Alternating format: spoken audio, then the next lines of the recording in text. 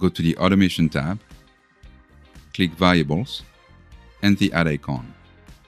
Double-click to rename, and click the Edit icon. Under Variable Type, select Number. We're going to use specific settings to format the price.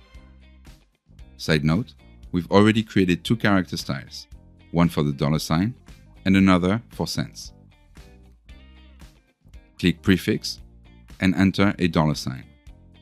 Select the character style for the $sign.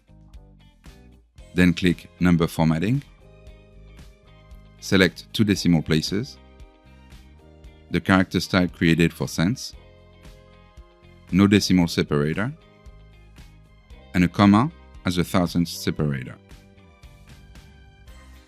To remove the stepper, go to the User Interface tab and toggle it off.